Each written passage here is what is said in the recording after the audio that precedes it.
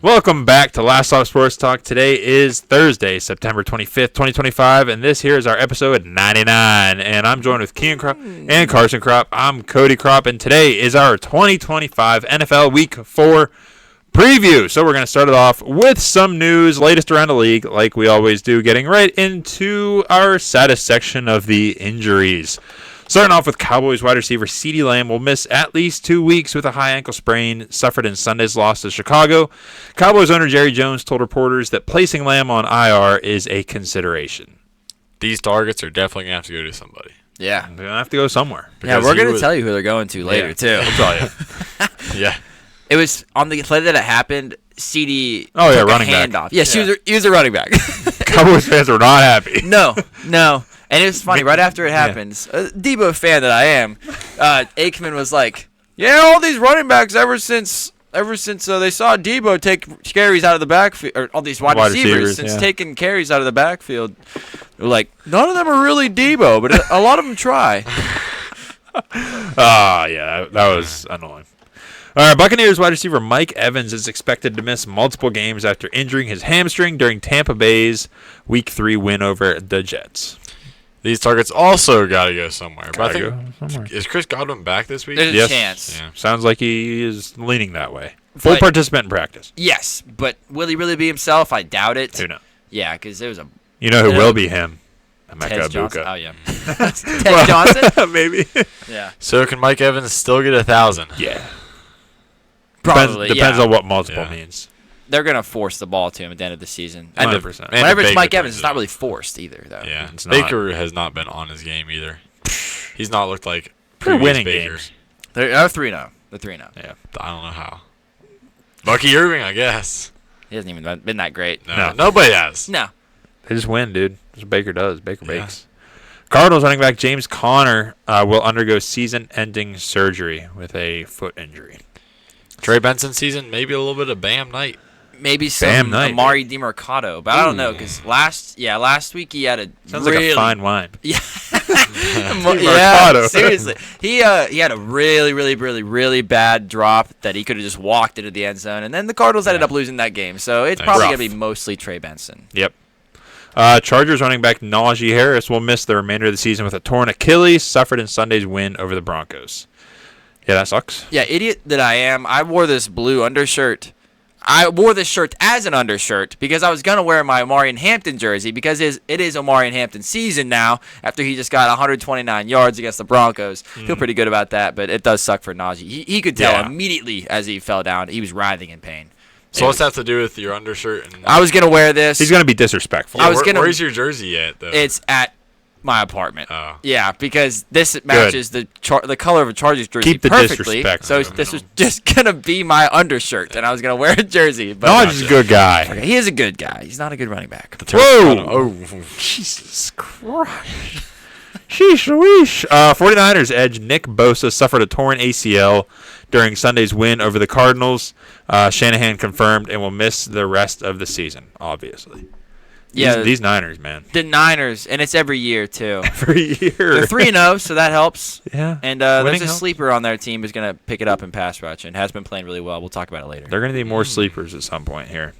Ravens defensive tackle Nnamdi Madubuike neck injury won't play on Sunday against Kansas City. Ravens head coach John Harbaugh expressed concern over the injury and said he hadn't been given the green light to comment on whether it's a long-term injury. That is not a good sign. Yeah, anytime you get a neck injury, anything around the spine, spinal cord, that's not good because that controls movement. So very true. Spinal.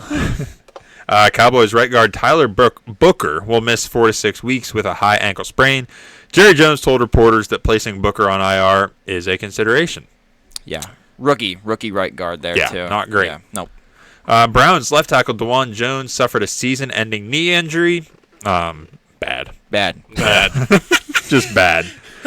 Cold slot corner Kenny Moore is expected to miss a couple of weeks after suffering a calf injury in Sunday's win over Tennessee. This does suck. This is a great matchup coming up here against the Rams. He's one of the best slot corners in the league, I would say, and they're really going to miss him because Puka does play some time in the slot, and Kenny's not going to be there to help him out or help out covering Puka.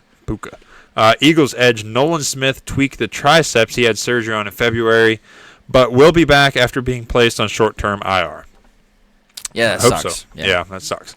Jets linebackers Quincy Williams and Marcelino McCrary-Ball Awesome. have been placed on short-term injury reserve. Yeah, Not these guys are two of their starting linebackers, and they're now down to just Jamie and Sherwood, and they had to sign a guy named Mark Robinson and pick up Ben Neiman on the practice squad. So none of those guys are really the athlete that Quincy Williams is. He's a stud. Yeah, he is. Yep. Bears corner Jalen Johnson will have core muscle surgery, but there's a chance he can return this season. Johnson missed the last 2 games due to injury. Yeah, the Bears could really use him. Yeah. Not going to happen, though, I guess. 49ers wide receiver Brandon Ayuk has not had any setbacks in his recovery from last year's season-ending knee injury, but he remains, quote-unquote, not close to a return. The Niners previously had targeted a Week 6 return for Ayuk, who tore his ACL and MCL last October. And this is from the 49ers GM, John Lynch. I keep coming back to, there's different levels when you do these ACLs. And Brandon had a fairly significant injury involving a lot of different things in his knee. He's a really gifted athlete. He's a very hard worker. So when you combine that, you tend to come back at a good clip. There's no, absolutes on these things. He's got to continue to hit markers, but he is tracking well. He's working hard. We'll just continue to do that. I highlighted this one on this document because the 49ers, with all the injuries that they have, could have really used a Brandon Ayuk return. They're not going to get it anytime soon, it said. Whenever you're throwing in, he's not close to return. A lot of times coaches, they honey glaze those things. They're like, he's pretty close, and then boom, 3-4 weeks down the road, then he comes back. And whenever you're saying he's not close, that or they means just, he's most really of the not time, close. they just mention nothing about timeline. Yes. He's progressing well.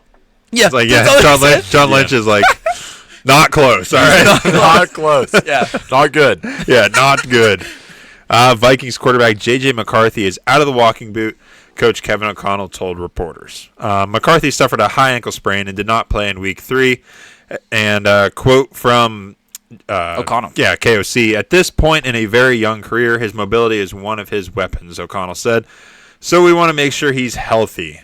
And Carl Wentz is slated to start in Week 4 against the Steelers. Yeah, it was pretty significant that in KOC's press conference after Week 3, he came out and said, Carson Wentz is going to start in Week 4. Immediately shut down the opportunity of J.J. McCarthy possibly even starting in Week 4, and that was before the week of practice even started. So, we're going to see Wentz. Yep. Patriots corner Christian Gonzalez is likely to make his season debut on Sunday against Carolina. Gonzalez has been making good progress while recovering from his hamstring injury, and he was even close to playing in Week 3. Yeah. Much needed on that team. This guy is, right now, his overall on Madden is 97, which I thought was really crazy, but it shows how highly the NFL and people around the NFL think of Christian Gonzalez, so they could really use him on the Patriots defense. Definitely. I guess we don't have any others. Yeah, because, full transparency, we're recording this on a Thursday compared to the Friday that we usually do, so we don't have final injury reports for the Sunday games yet. So. But those are the big ones. Yes. And a new starter alert here. The Giants will start Jackson Dart at quarterback over Russell Wilson in their Week 4 game against the Los Angeles Chargers this coming Sunday, because that'll fix it. I hope so. I'm a Dart believer. He's my quarterback one in this class. I just want to say that I highlighted it on the short that I had made for our channel for our best bets and our worst bets takes of the week, I guess. And check them out. I guessed this exactly perfectly, man. Week 4, yeah. Yes. You did. A trade here. The Jets acquired corner Jarvis Brownlee Jr. and a 2026 7th-round pick from the Titans in exchange for a 2026 6th-round pick. I just put this on here because he was a former my guy for me. He's actually been playing pretty well on the Titans, so I don't think this was a Titans trying to get rid of him. This was more of a Jets want him because Brandon Stevens, their outside corner, and Michael Carter in the slot have both been playing really bad, and they have coverage grades right now in the 40s, and the Jets are getting torched every week. And definitely since Week 1, with Aaron Rodgers just threw him right into the fire. Yep. And cut here, the Texans DB Chauncey Gardner-Johnson, CJGJ, was released after just 3 games with the team. Interesting move. Carson, where do you want to see him go? Pittsburgh, baby. Pittsburgh Steelers. That would be incredible. Him and Ramsey beside each other. A football VA. I guess not beside each other, but fill in for Deshaun Elliott. Yeah. He's like a better version of Deshaun Elliott. Mm-hmm. Yeah. Elliott might even be back this week. A little update. Why did he get cut? He wanted to, quote, blitz more. So they cut him? He was just unhappy with his role, so I think he might have, almost... Forced his way out. Cut me. Yeah. I'll go somewhere else. So I don't think We'll was They wanted to cut him, but he wanted to be cut. Maybe he's also mad that they're 0-3. Yeah, possibility. Yeah. Yep. All right, Week 4 preview of the 2025 NFL season, and our Week 3 record not so hot. Carson did 8-7. He's over 50%, and me and Kian were 4-11. Woo! It was a wild real week. bad. And Carson also hit his lock of the week, and me and Kian also did not do bad. Just fade my locks of the week. Yeah, riding the backup starters went really well for me. Yeah, it did. That's now we faded this week because now defenses figure them out. Yep, Yeah. you're That's right. a good point. Yeah. Yep. And then our standings after this Week 3 for our total game picks. Carson's 25-21, and he's 2-1 with locks of the week, and I'm 20-26 along with Kian, and I am 1-2 with my locks of the week, and Kian is 0-3 locks of the week, like he just mentioned.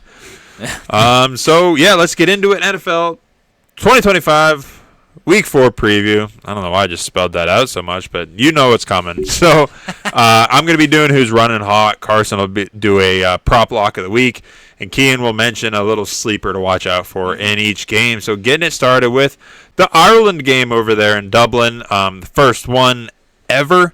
Vikings versus Steelers. Steelers will be acting as the home team. Vikings are favored 2.5 points. Who's running the hot? This one was a home run walk in the park. Of course, we had to say it.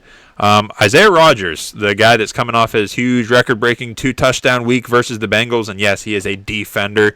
1 pick six, 1 strip and score, and he's the first player in Vikings history to get 2 defensive touchdowns in a game, and he also had another forced fumble to help him achieve, for what it's worth to any of you out there, a perfect PFF score, which is the first time a player has done that in the PFF era, which is since about 2006. And that is on 10 or more defensive or offensive snaps. And Isaiah Rodgers, for the record, had 41 snaps. So, yeah, he was on fire en fuego, Guy Fieri style. Ooh. As a guy who watched the game firsthand here, it was the best defensive performance I have ever watched in my lifetime. It was absolutely amazing. He literally took over the game from the cornerback spot. He was a backup corner on the Eagles last year, so very much deserved. Shows you how deep the Eagles teams are. Yes, yeah. Since we're playing in Ireland here, right? Yeah, Ireland. I gotta talk about somebody who looks like they're the most Irish person in the NFL. Sure. Carson Wentz. Oh yeah, Carson Wentz, because he's a redhead, and that's it. Good name too. Yeah. We got to make sure he doesn't make his way down to London and get mixed up with the Prince. Yes. Prince Harry. Oh, yeah. He does look like him. He didn't have that great of a game. I more just did this for the comedic aspect of it because he looks Irish as hell. He does. 'Cause he's a redhead. He'll fit right in. He looks like a 6'5" leprechaun, which is kind of that's kind of a little bit. Yeah. But in this game, he was a good game manager. It's all you had to do. Whenever your defense is scoring touchdowns, you don't have to do a whole lot. He went 14 for 20, 2 touchdowns, 0 picks, and just didn't make any mistakes like Carson Wentz usually has. That's the biggest thing. Yeah. If he doesn't throw it to the other team, he's normally not bad. Yes, and that's all he has to do here. Maybe this week against the Steelers. We'll talk about it here in a minute. All right, for my lock of the week on this game, we're going Aaron Rodgers under 202.5 passing yards. Aaron Rodgers' passing yards has been steadily decreasing ever since week 1 when he threw for 244, followed by 203 and 139. This offense runs through the run game, and they don't really have a whole lot of receiving weapons. Arthur Smith isn't really a sling the ball kind of offensive coordinator, and this is Aaron Rodgers' toughest matchup yet against the Vikings, so I see this downward trend continuing and him getting under 200 passing yards. Makes sense. For that reason, I'm going Vikings here, minus 2.5. Like Ian said, Irish guy in Ireland, he's destined for greatness. And then the Steelers, their offense has surprisingly been way better than their defense, which is uncharacteristic, but their defense just needs to figure it out. And the Vikings offense with Carson Wentz has been looking decent, so I see the Vikings besting the Steelers in this one. I got to ride with the Steelers. They got all those ties to Ireland. And if you didn't hear the press conference, Aaron Rodgers has ties to Ireland too, all right? He's got Irish in his family. So he's excited to go over there. They're all excited to go over there. I just don't have full faith in Carson Wentz. I guess I have more faith in Aaron Rodgers to make it work, get it done. The Steelers have just been figuring it out and being able to get it done, except for that bad week against the Seahawks, of course. But last week they found a way to win. It wasn't the prettiest thing, but I think they'll be able to do it here against a Vikings defense that hasn't been completely up to par yet, at least what we think should be par.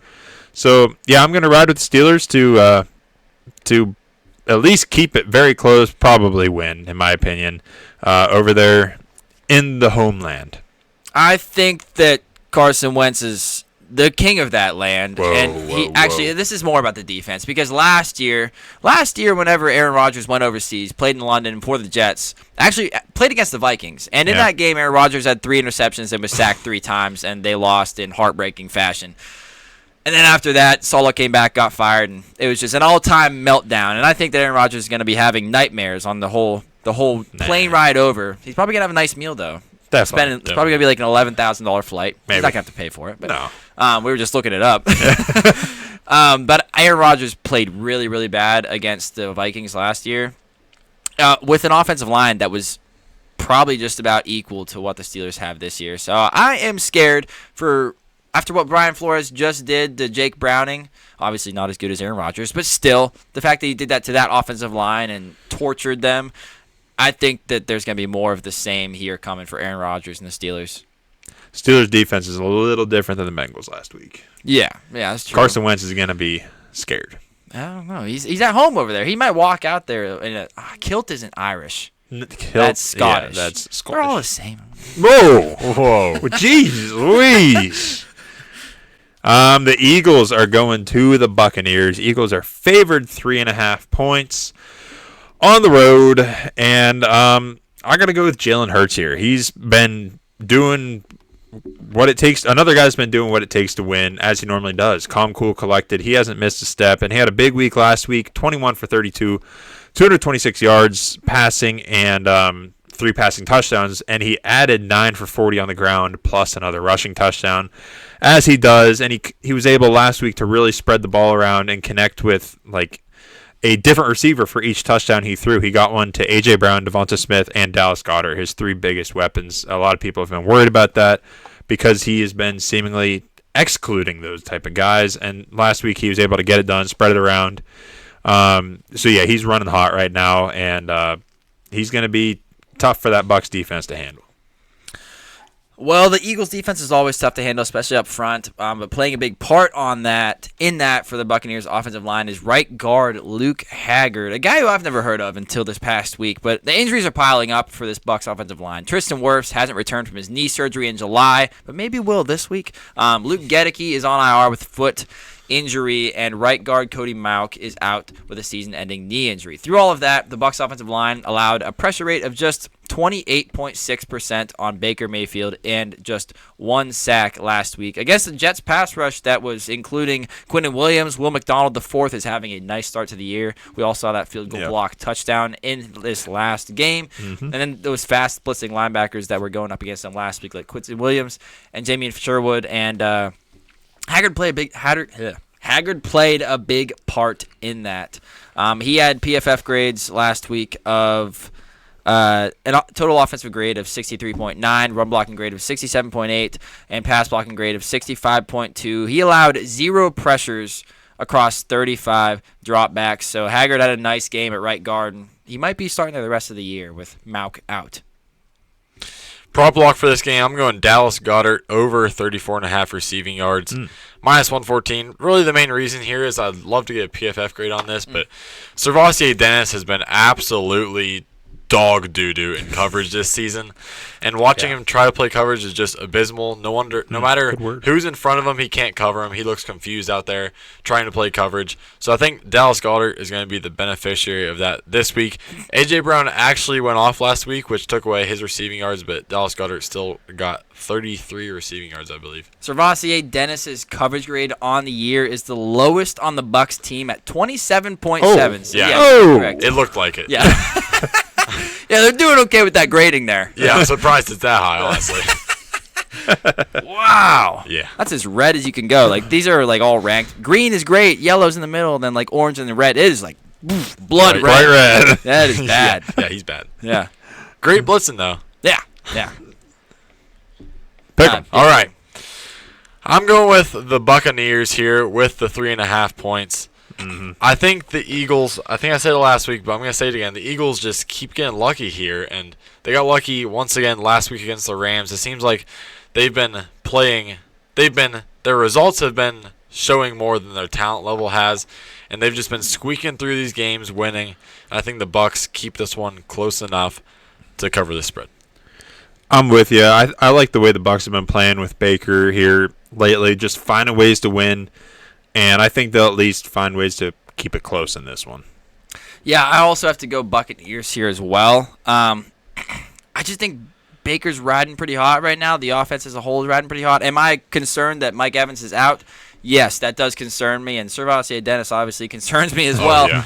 But I just think that they keep this game within a field goal. It helps that it's in Tampa Bay, I believe, and I think that crowd's going to be rowdy because they're off to a 3-0 start. Yep. Last 7 games of this matchup, Bucs have won 6 of them. Wow. Well, most of those are with Brady, or some of those are with Brady, probably. Some, what, It 3-4 was years dating ago? back to 21.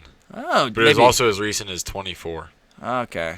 21 should have been So Brady. I some think. Brady in there. Yeah. Yeah, maybe some. No, it's probably after Jameis. I don't know, but yeah, that's surprising. Either way. Yeah. Saints are going to the Bills. Bills are favored 15.5 points. In week 4. Week 4. Was This it might 2 be a or record. 3 years ago that there was like a record spread? Wasn't and maybe what was it? last- Wasn't it against the Saints, too? I don't Someone know. I against thought it the was like Saints? close to 17, right? I thought it was last year. Yeah. I thought it I was would have last guessed year, like too. 14.5 last I year. thought it was like 19.5 or something. Oh, maybe. Oh. I feel like that was a Ravens? Brown spread. Yeah, Yeah, definitely. I think it was. I'll figure it out. But Okay. anyways. Yeah. Anyways, yeah, Bills are favored 15.5 points at home here. James Cook is running hot in this one. He last week he gashed the Dolphins for 108 yards and a touchdown on his 19 carries, and also just add to it, his rush touchdown last week extended his streak to 7 straight regular season games with a rushing touchdown, tying the team record shared by 3 players now, including Cookie Gilchrist and O.J. Simpson. Oh, nice. So yeah, balls. he's on fire. He is Cookie on Gilchrist. fire. Cookie Gilchrist. That's awesome. You know what a year name, that man. was? No, I Go find when Cookie Gilchrist plays. That's awesome. I'll find Yeah, as Cody said, there is no stopping this Josh Allen, James Cook-led offense, especially whenever you're talking about the Saints defense who's trying to stop them. They're just going to have to try like hell to keep up with Spencer Rattler. But they absolutely need to get the ball into this sleeper's hands because he's one of the NFL's most explosive playmakers. Rashid Shaheed. He doesn't feel like he should have been a sleeper, man. But the fact that they're not using him like he should, I had to highlight him. His ADOT this year is only 10.1 yards. That means average depth of target. Last year, whenever he was playing really good football, it was 18.1. Throw the ball up to this guy deep down the field. That is what he's best at.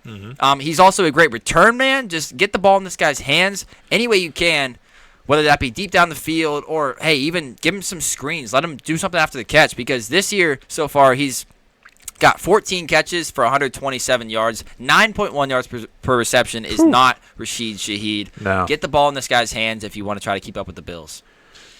All right, prop lock of this week is too easy once again. Juwan Johnson, over 43 yeah. and a half receiving yards.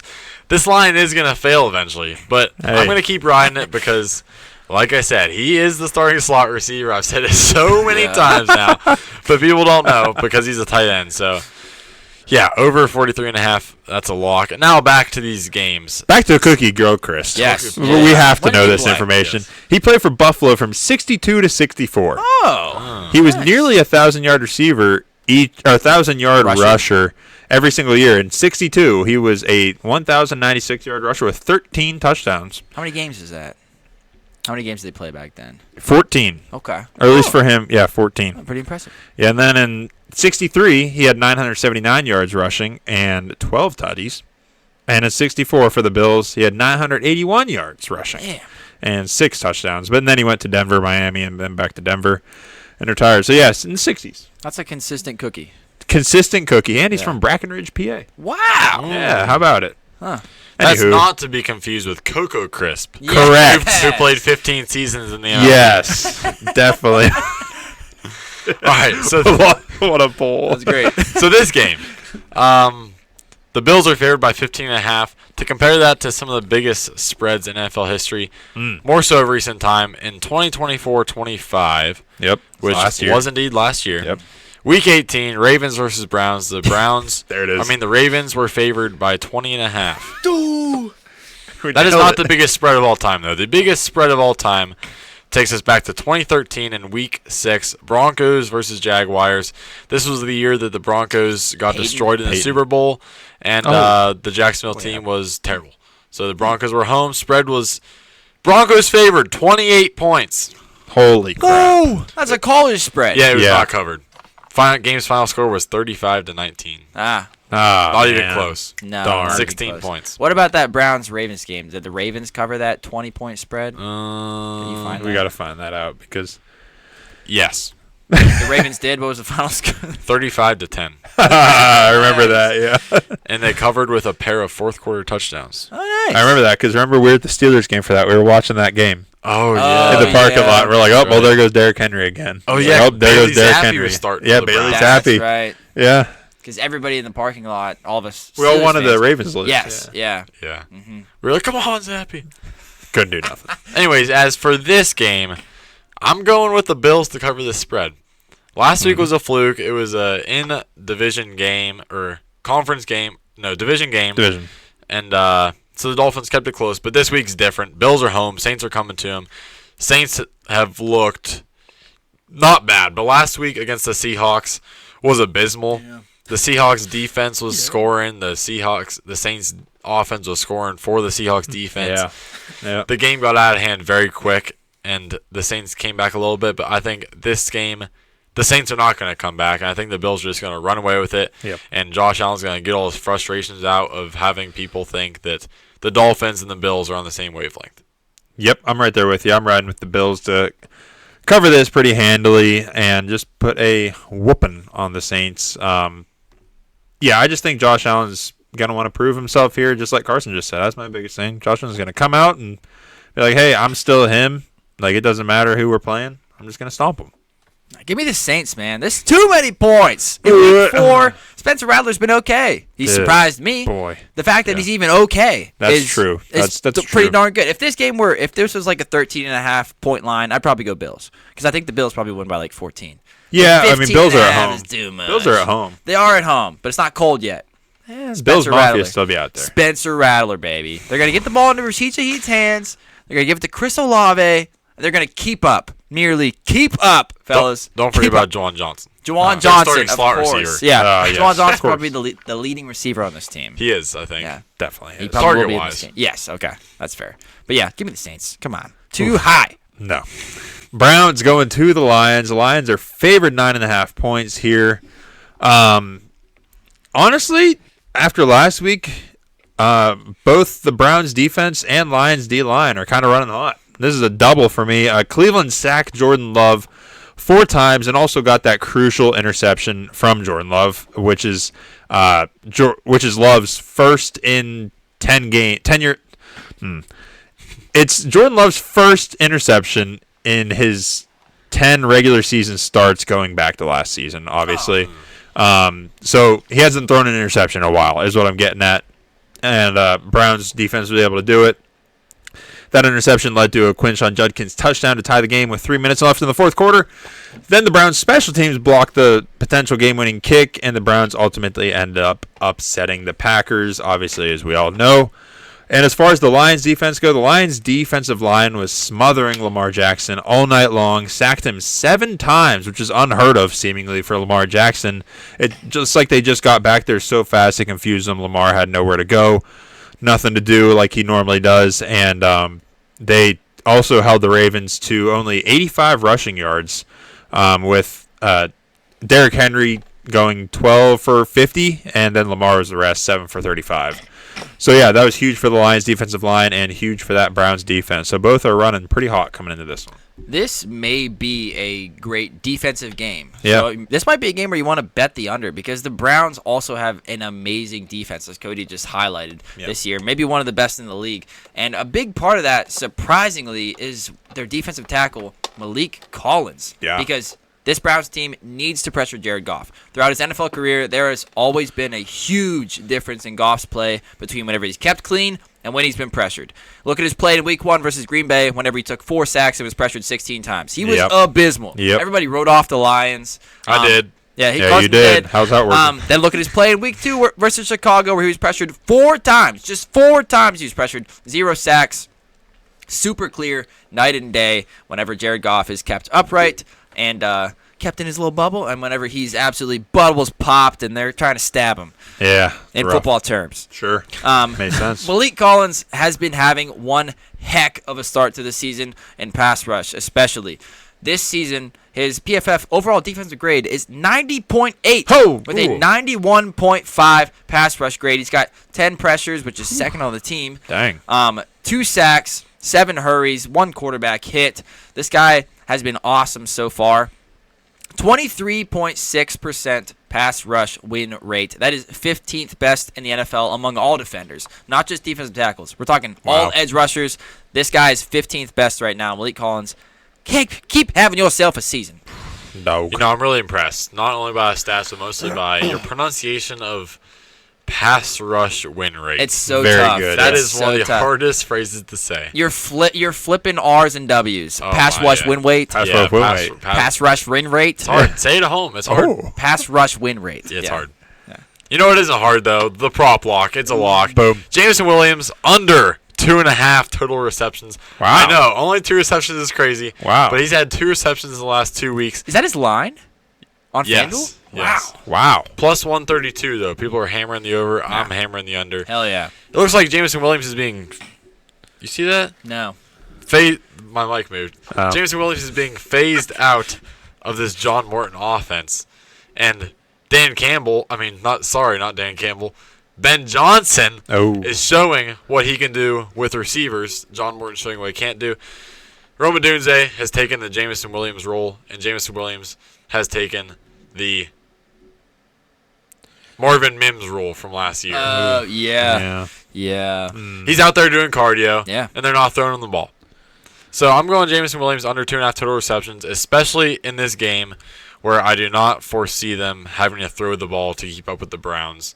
If anything, it's going to be a slugfest, and they're just going to be low-scoring affair, and they're just going to be punching each other with 3 and outs, first down, 3 and out.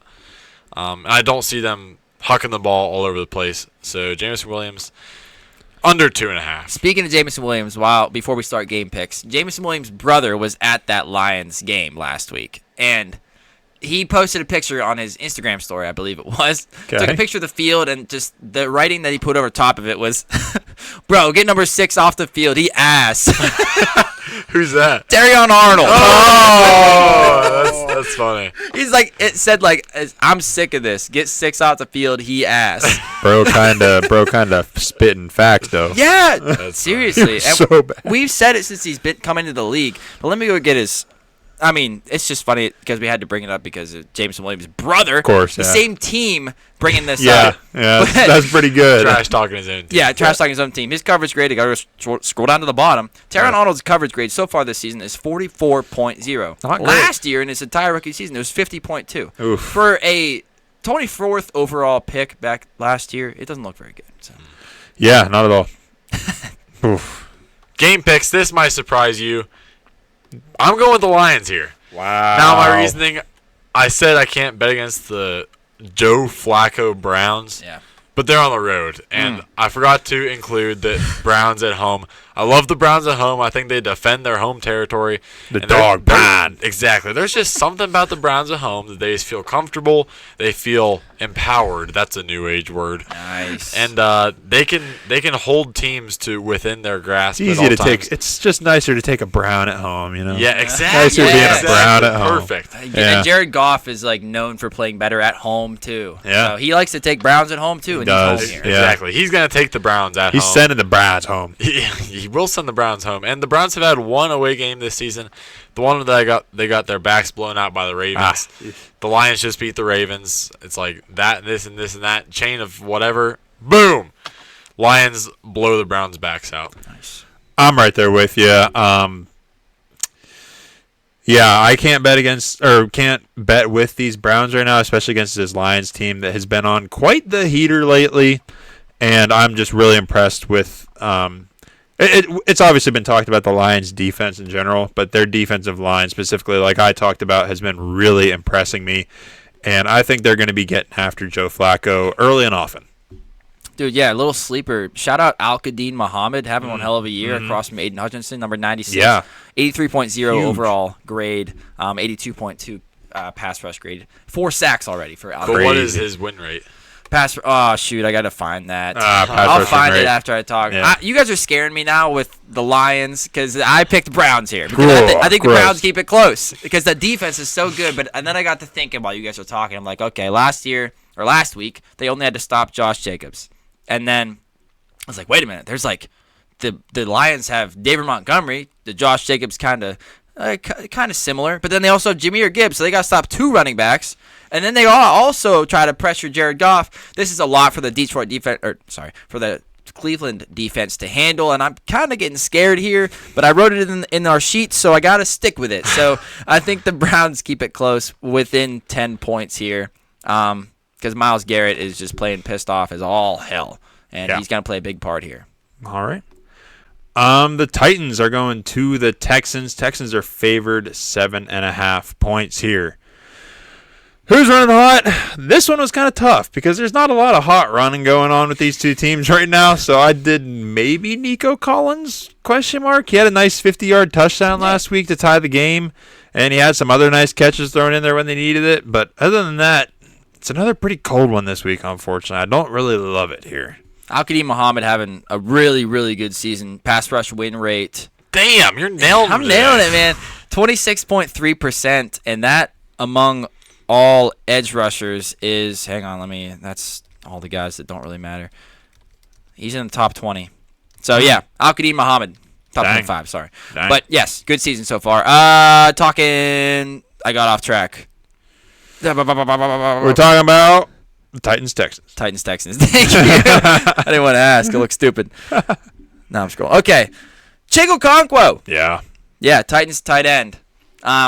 He hasn't been getting used enough, man. Last week he finally got some love. He got 6 catches, 51 yards, I want to say. Mm-hmm. Cam Ward is going to need to get this ball out fast going up against Danielle Hunter and Will Anderson Jr. charging at him off the edges. Will Anderson Jr., 88.9 overall defensive grade, 88.6 pass rush grade, 19 pressures, 3 sacks. Danielle Hunter, 86.8 overall defensive grade, 90.2 pass rush grade, 12 pressures, 2 sacks. These guys are having hell of a seasons. Too bad their offense can't do shit. But Chig, as Cody said 2 weeks ago about Jake Ferguson, whenever Dak was going up against a good pass rush, you got to get the ball out fast. Tight end is often the guy streaking across the middle on a little in route or something like that. Chig's going to have to do that here for the Titans because Cam Ward is going to have to get that ball out really, really fast. And he's been the clear best short yardage weapon for this Titans team this year because he has that yards after catch ability. He ran like it was like high 4.4s, I think, in the combine back in the day because that's what really got him on notice and helped him become a 5th round pick or 4th round pick. Sorry. Mm-hmm. But this year, short yardage, pulling him up. Hang on. Fuck. Researching. Chigo Okonkwo this year on throws 9 yards or shorter right now. He's 11. So he's got 13 targets, 11 catches, and almost 100 yards. And that is light years ahead of everybody else on the team. And he's got right now an 80 coverage grade or 80 receiving grade on those short throws. So he's playing really, really well. They just need to get him the ball more. And I think that this week is the week that it happens. My prop lock of the week for this game is right on the same wavelength as Kean. We must be thinking the same. So I'm going Calvin Ridley under 46.5 receiving yards. The ball's got to come out quick. Calvin Ridley has showed that he sucks now. Yes, he sucks now, and he can't get open. He's not getting targets. Alec Manor has been popping off for whatever reason because Calvin Ridley is not on the same. He's not synced up with Cam Ward, and if they're gonna get right, it's not gonna be against this defense. They're using different Wi-Fi's or something. Exactly. Yeah, yes. different networks. Yeah. Yes. Now, game picks wise, my lock of the week, Titans plus 7.5. Now, let me explain this because the Titans are terrible, but the Texans are even worse. Now, points scored on the season, the Texans have 38 through 3 weeks. Oof. That's good enough to get them dead last in the NFL. Yeah. On the other hand, the Titans have 51 points scored. Ooh. The Texans have given up 51 points. So also the Texans 38 points in the year. They haven't really even played any stellar defenses. They've played the Rams, Tampa Bay, and Jacksonville. Notably, only 10 points against Jacksonville. If the Titans can even get one touchdown in this game, I think the spread gets covered. And the Titans with 51 points have played much better teams this season. They've played the Colts, the Broncos, and the Rams. Yeah. These teams are light years above what the Texans have played. I think even on the road, the Titans should be able to keep this game within 7 points. And it's going to be low scoring. If it's not low scoring, then I would really be shocked because that means C.J. Stroud turns it around and Cam Ward turns it around. Two of the coldest quarterbacks in the league right now. And not cold like, oh, that's cold, you know? Like, Yeah. cold, like you suck right now, cold. Yeah, exactly. Yeah, I'm riding with the Titans, too. I just think they can keep it close with the way this Texans team has been playing. I think the Texans' experience will help them win this game, but I think the Titans will be able to keep it close because the Texans have looked bad so far. Yeah, I'm actually really mad at the Texans, and I feel kind of stupid for picking them and thinking that they're going to be like number 2 seed. But for one thing, the offensive line has looked bad, and we talked about it so much about how bad it was going to be, and I was just so excited. I thought C.J. Stroud was going to be able to overcome it, but now he looks even worse than last year. Would this be his junior year slump? Junior year, there's got to be like sophomore slump. It's got that alliteration. There's got to be like junior something that like is bad. It's like it should be sophomore slump and junior jump, but he's having like the sophomore slump and then junior slumper. Yeah. It's really, really bad. But I'm going Titans here because I think that the Titans are going to be able to keep it close as well. Yeah, the Texans' defense has been great, but the offense has been absolutely terrible, and these are maybe two of the worst offenses going up against each other. So, I mean, you can't get rid of a Shanahan guy and expect your offense to get better. I'm sorry. And that's exactly what happened with the Texans. Yeah, it is. How long does D'Amico Ryans have to turn this around before he gets let loose? Well, loose isn't fired, not let loose isn't like take the reins. Yeah. Let loose isn't fired. I think that if for him to get fired after this season, I think that this team has to go 5 wins. They're on pace for 0. They're on pace for 0. Yeah. Yeah. I don't know if that happens though. I don't think so. I think that they're 5 too talented. wins. Yeah. You don't know if 5 wins happens? I don't. Yeah, I think that they win more. I'm saying. I think that they finish more 6. around 500. Yeah, 6. Probably, yeah. And then he's safe. Yeah, then he's good. But this is your lock of the week, though. Oh Titans. yeah. Oh yeah. Yeah. Oh yeah. Feeling good? Oh yeah. You feel good about that? Oh yeah. Yeah. Tony Pollard can get him in the red zone, and they'll miss the field goal. So. Hell yeah. That's great. All right, Chargers are going to the Giants. Chargers are favored 6.5 points. Who we got running hot here is Keenan Allen, and a little special shout out to Derwin James too, as he's been having some nice games here. But Keenan Allen had some clutch catches when it mattered most last week, and also had a touchdown catch to tie the game with 2.5 minutes left. And as far as Derwin James goes, last week he had 12 tackles and a sack to lead that whole defense to a just overall great day. And just a great start to the season here. The Chargers have been on fire. Keenan Allen has been a big part of it. There aren't too many guys in the NFL like Derwin James. No. He's one of those. I don't think there's anyone in the NFL like Derwin. Yeah. No. He's amazing as long as he's healthy. And he's stayed healthy. I mean, knock Yep. on some wood somewhere. He's That guy- he's the Fred Warner of safeties. Yeah. He really is. Definitely yes. is, yeah. Thank you for knocking on that. I wood, did, yeah, I because had to. Derwin James has got injured a lot in his career. Unfortunately. Let's talk about on the Chargers side. Keep it going. A guy who really surprised me and I think surprised a lot of people because he didn't play in weeks 1 or 2. Aronde Gadsden II, Yeah. rookie tight end Yep. out of Syracuse, 5th-round pick. This guy played limited snaps in this game. He played 15 passing downs, and he had 6 targets and 5 catches for 46 yards. Whew. And as I said, did not play in weeks 1 or 2. This is a guy who we all scouted, obviously. Yeah. He really was more of just a receiver playing tight end type of thing. Pulling up my... So he basically, from my scouting report here, he literally looked like a wide receiver out there. He's 6'5", 243 at the combine. I think he played at a lower weight than that. Long and lanky, 33 and an 1/8 arms, 10-inch hands. But he's honestly sharp and explosive with the cuts in his routes, and once he gets up to speed, he doesn't really lose much speed in the process. He's at his best on deep and intermediate routes, and we kind of saw this here. He finished 2022 and 2024 with over 900 receiving yards at Syracuse. So Oronde Gadsden was a guy who really had a great career up there in New York before he came to the NFL. So it's not super surprising that he is doing this, but super surprising that he basically did not play in weeks 1 or 2. And then on the final drive, the game-winning drive, Herbert went to him twice. Yeah. Went to this guy twice. Yep. So Oronde Gadsden II, I don't think this is the last we see of him. My NFL comp for him in my scouting report was a worse Johnny Wilson. Damn. Oh, my comp for him was also Johnny Wilson. Really? Yeah. Nice. Yeah. I was just a little more harsh. Yeah, basically wide receiver, tight end hybrids who have some route running ability, but their weaknesses really get them stuck as a tweener with only specific things that they can succeed at. Yeah. Yep. Now the prop block for this game.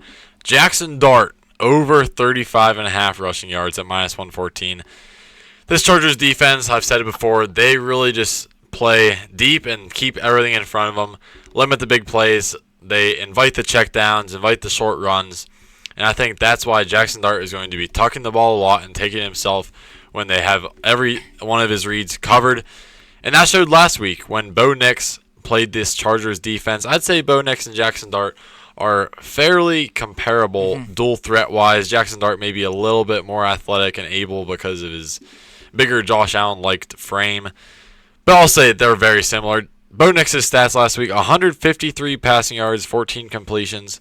Rushing, 8 attempts for 33 yards.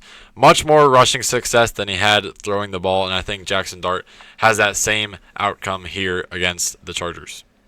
Nice. Game pick-wise, I'm going to go with the Chargers for this one because, like I said, their defense is just so good. I hate this as a starting point for Jackson Dart. Now, these backup quarterbacks doing well in their first start, I've defended that, but I'm going to say it's different here. Asterisk. Asterisks, those guys already have NFL experience, and those guys already are converted to the NFL system. Jackson Dart is brand new, and I feel like rookie quarterbacks always take a game or two to get adjusted. Even in the best of rookie seasons, Jaden Daniels took a couple games. C.J. Stroud took a couple games. I think Jackson Dart, even though he went absolutely crazy in preseason, I think he still takes a couple games here, especially against this super good Chargers defense. Yeah, I'm right with you. I'd be worried for Jackson Dart and the Giants here. This Chargers team has just been so solid on all facets of the ball here. And I just think the Chargers are going to handle this one pretty easily. Yeah, like Carson said, I completely agree with Jackson Dart being new. He's more than likely not going to have like the rapport build up with Malik Neighbors for that big downfield passes, or even with the running backs or anyone with them. You can do all you want in practice. It's different in game time, and this is a rough one to start out with against this Chargers team because Jim Harbaugh's got them rolling so far. I'm so excited for this game. I think this game is going to be closer than we think. This game is in the Big Apple, in East Rutherford. Yeah, but New Jersey. The fans have been calling for Dart, and they get Dart now. Everybody's going to be that should be his celebration, just be smoking darts. Or just throwing darts. Yeah, throwing darts, that's good too. Good. Yeah. But I think that, preseason is not regular season, but he did look really, really good in the preseason. He was just going through his reads really quickly, and he was throwing to the right spot on the correct shoulder, in the bucket. And I saw this coming into the league. He was my quarterback 1. I thought he was the most accurate quarterback in this class. And he's got some good receivers there to help him out in this game and keep this one close. I am scared that the Chargers' coverage has just been really, really good this year because it has. Mm-hmm. But Malik Neighbors is really, really good. And if if all else fails, I think that Wanda Robinson can at least get open in the short area and do some yards after catch and keep this thing close. So give me the Giants as my lock of the week. But as you know, 0-3 so far, my locks of the week. So fade this. Fade this hardcore. Chargers probably win by 10. Yeah, more than likely. Next game, Commanders are going to the Falcons. Commanders are favored 1.5 on the road. Who's running the hot? Grizzled veteran Bobby Wagner is having a big year. His motor's still running hot even at age 35. He wrangled up 11 total tackles last week, 2 sacks, and 3 quarterback hits in that blowout against the Raiders. And also wanted to shout out the Commanders' run game. They are running hot this season too. Last week they had 201 total yards and 3 touchdowns on the day for that backfield of the Commanders. Hopefully, for the Commanders' sake, they get back Jaden Daniels this week. It's looking like a possibility, but nothing for sure as of right now. Let's talk about the Falcons' offense because they need to. What offense? Yeah, last week shutout. That looked bad. Looked really bad for my Falcons. I just want to see them use wide receiver Kadarius Hodge. Please, baby. Maybe I'm a Hodge believer for Hodgepodge. Hodgepodge for better or for worse, but they need to attack this Commanders' weak secondary. Make them cover. The Commanders' secondary coverage grades this season are abysmal. Oh, no. We've talked about it last week. I wanted them to use Jeremy Reeves more. Jeremy Reeves did play more last week. He was not good either. Could he tackle, though? Like, what's his tackle? I'll have to find that. Okay. But Penix's ADOT of 7.3 yards is the 25th highest out of 36 quarterbacks. That's not good. That's not a good thing. No, he needs to throw the ball down the field. That's what I loved about Penix most whenever he was coming into the NFL. This guy had a laser, a cannon on him. In the intermediate areas, he was spot on. But they're just not letting him throw that, or he doesn't want to throw down the field, or whatever it is. Throw it down the field, and throw it to Kadarius, baby. Because put him on the field, give him a shot. He averaged 18.7 yards per reception in 2024, 15.5 yards per reception across his entire career. So far in 2025, Hodge has 1 target, 0 catches. But that target was 29 yards down the field. Offense needs more of this. Please give it back to Hodge. Because, like I said, Penix, I think, has that ability. I get that you want to run the ball, use those amazing running backs that you have. But let Penix rip it when you want to catch that defense off guard. Like, you're running the ball so much that the defense is now going to start expecting to run. Not that they can stop Bijan anyways. True. But I think that you're going to have some mismatches. And Hodge has proven across his career that he's a good intermediate to deep threat whenever you need him. Would you say that you are hedging the Hodge? Hedging the Hodge. I guess I would, yeah. My lock of the week. Now, because of injuries and whatnot, the props aren't out yet for the Commanders-Falcons game. But whatever Michael Penix's passing yard line is, give me the over. Back in. I'm back in, right where I left off. Oh, brother. Michael Penix has had 1 spectacular game this season in week 1, then 2 terrible games this season, week 2 and 3. What's the difference between those 2 and the first one? He was at home on the first one. Michael Penix is coming back home to Atlanta, where he's going to dominate this dog shit Commanders secondary. Yeah. Marshawn Lattimore has to be one of the worst corners in the league.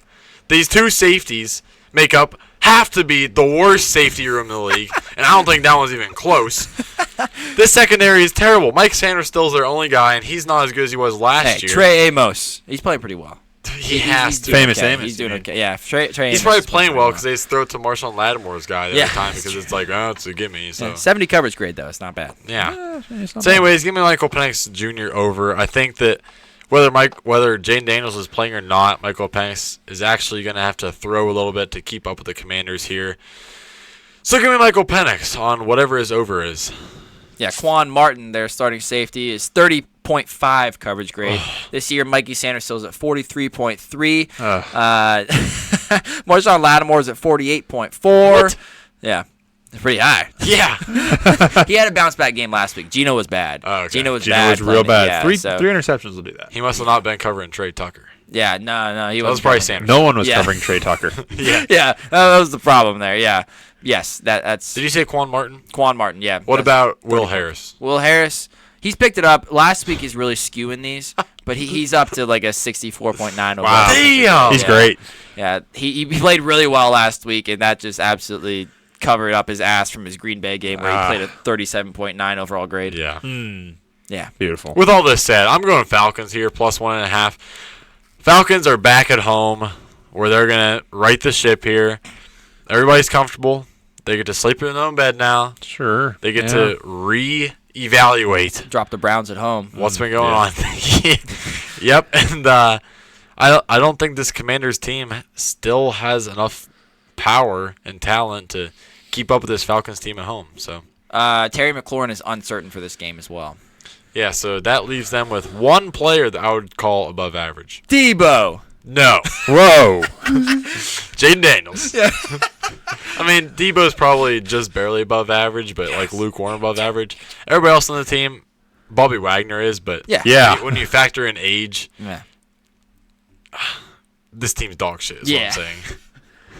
Well, I went with the Commanders just because I can't bet against a team that got shut out 30 to, I can't bet with a team that just got shut out 30-0 against the Panthers.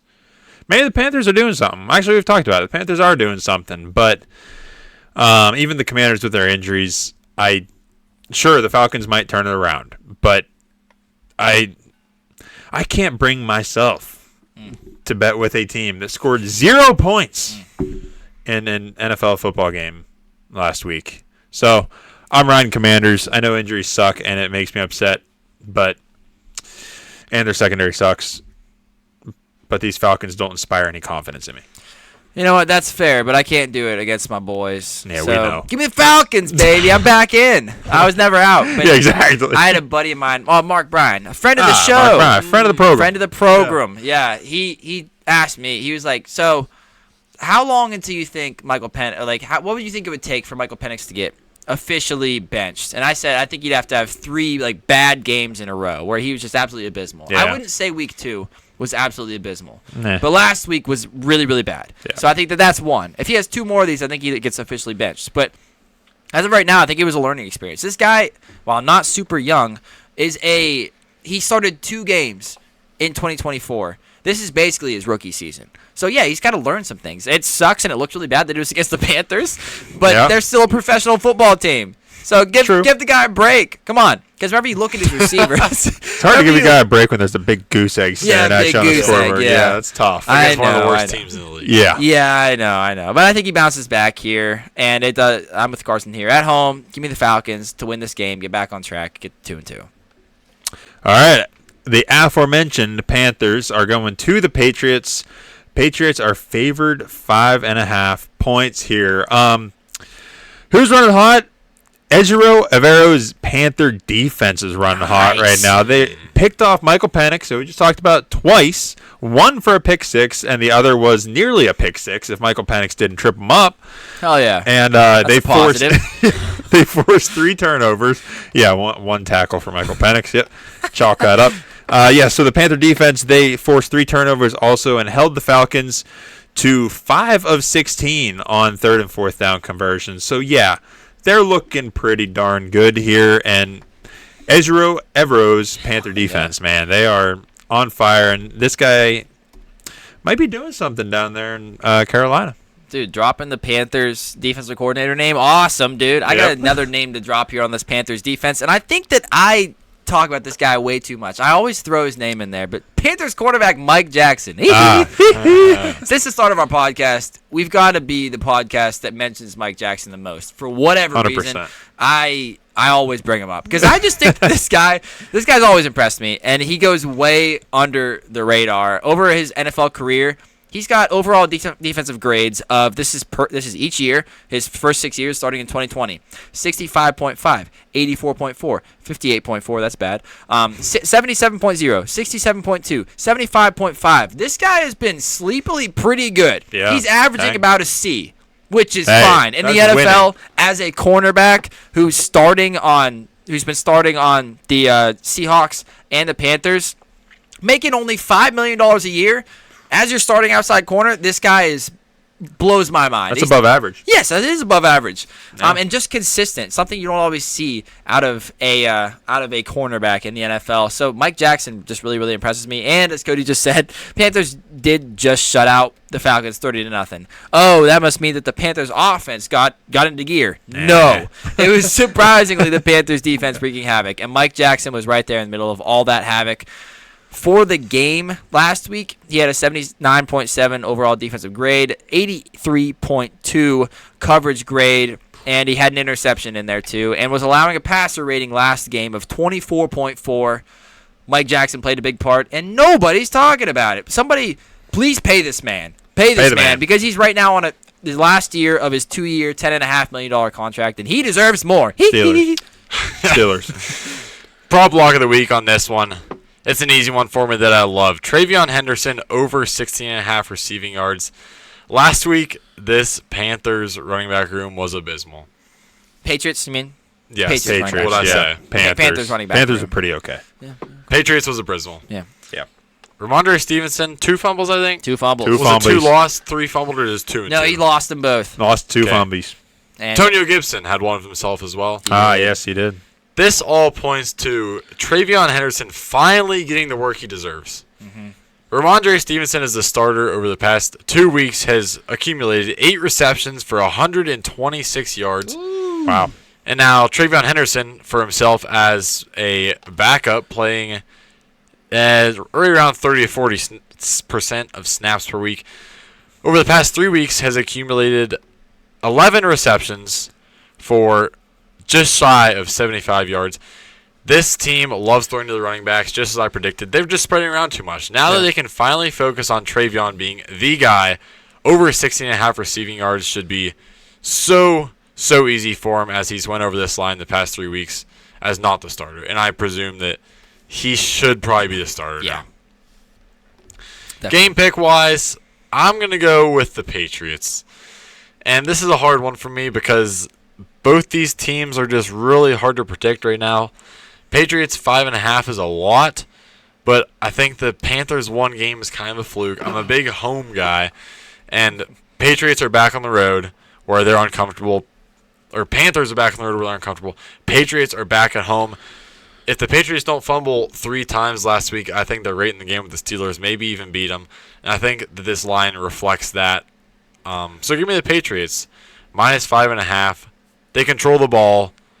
They don't fumble the ball. They protect the ball. They win the game by a touchdown. I'm going to ride with the Panthers here. I think they'll at least be able to keep it close. I do think the Patriots should be able to pull this one out if they don't fumble the ball. But yeah, I'm going to ride with the Panthers. I think that they'll be able to keep that defense fired up and kind of stun Drake May a little bit and slow him down. And kind of like the Steelers did to the Patriots. You know, just kind of slow them up enough to be able to sneak out the win at the end. So yeah, I think Panthers keep it close and cover. No, Panthers win this game. Panthers win this game. You heard it here first. I'm just saying. There it is. Yeah. I think that what I saw from the Panthers last week was impressive. That I could see a Panthers defense be competent. And now that's got to give confidence to the offense. Bryce's like, oh, man. I mean, they didn't do anything last week. True. But he's like, oh, man, I got people backing me up now. I think I'm gonna start playing better now. And I think he does here. And 5.5 just seems like too big of a line for a team that just had a huge shutout and a Patriots team that couldn't get out of their own way.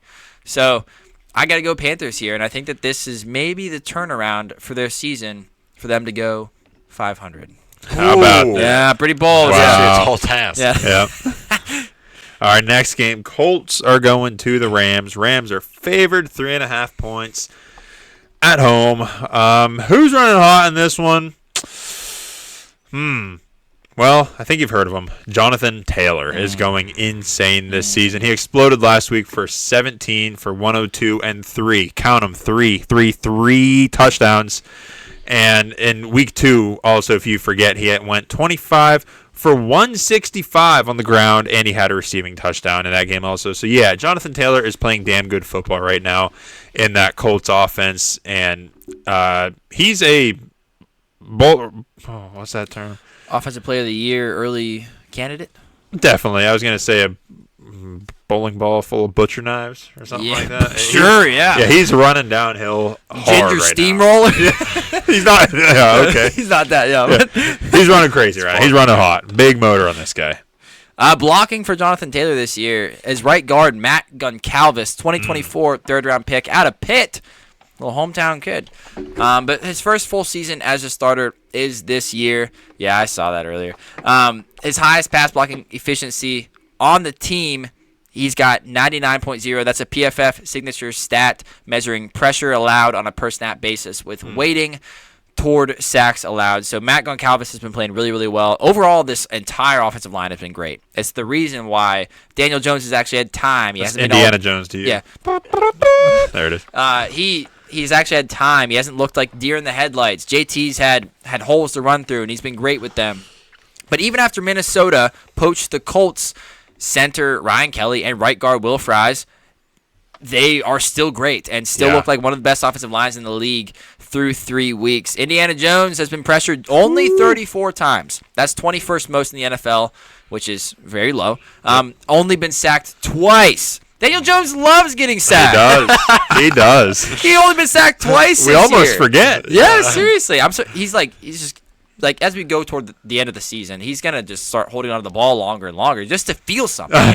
Just to feel something. I need a hit to wake me up. Yeah, seriously. But Indiana Jones only sacked twice. That is a big, big shout out to the entire offensive line, Matt Goncalves included. They're the real heroes in this Daniel Jones uprising, and they're going to need to keep this up in this game against an amazingly great Rams defensive line. Jared Verse, Kobe Turner, Byron Young, Braden Fisk, Poona Ford, throw in there Josiah Stewart, playing great football. What a lineup this year. Holy crap. It's going to be scary to face up against. My prop lock for this game, I got to keep riding with the guy. Indiana Jones, over 216.5 passing yards. They just keep making these lines so low, man. What was his line? 216. 216. Yes. Okay. Yeah, that's good. I thought you said 260. No, this guy just refuses to get less than 250 passing yards. And the Vegas has no idea what they're doing. So I'm just going to combine this with my game pick. I'm riding with the Colts as well here. Yep. Daniel Jones in this offense are just riding so hot like the Indiana Jones Rock does. Shane Steichen and offensive coordinator Jim Bob Cooter has his offense rolling like they should. Daniel Jones is finally showing what we saw in this team if they could just get a quarterback in there. Now, I'm not saying Daniel Jones is a quarterback, more of a dog, but he is leading this team to look like a Super Bowl champion team. Now, 100%. I'm not saying they're going to win the Super Bowl, but I'm going to say they're going to try like hell. And that starts here, beating the Rams now by more than 3.5 points. Yes, I'm on 100% with you. This is my lock of the week. My boy, Daniel Jones and these Colts. And, they're just going to keep doing it. Jonathan Taylor's going to run down their throats. We won't even think about the injuries on the defense or whatever you said earlier. Never mind. Don't matter. But like who even is Kenny Moore? Yeah, exactly. So, but all we can think is Indiana Jones. He's so good. So Colts gonna rampage the Rams here and win by over 3 points. My lock of the week also just got news that Rams wide receiver Devontae Adams is not practicing Thursday with a hamstring injury. There are vet days. Normally that's Wednesday. Thursday, there's a good chance he probably still plays. But hey, that makes me feel better. Yeah. The fact hamstrings are not good. No, they're not good. But they're good whenever they're healthy. Unhealthy hamstrings, it's not near as good. Not near as good. I'm also going with the Colts here.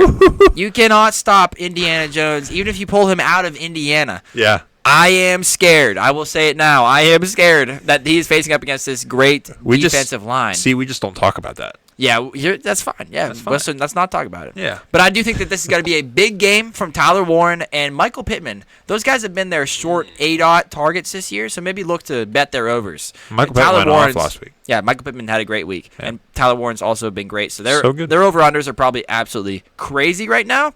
But I think that this Colts team keeps it rolling. There's nobody hotter in the NFL right now than Indiana Jones.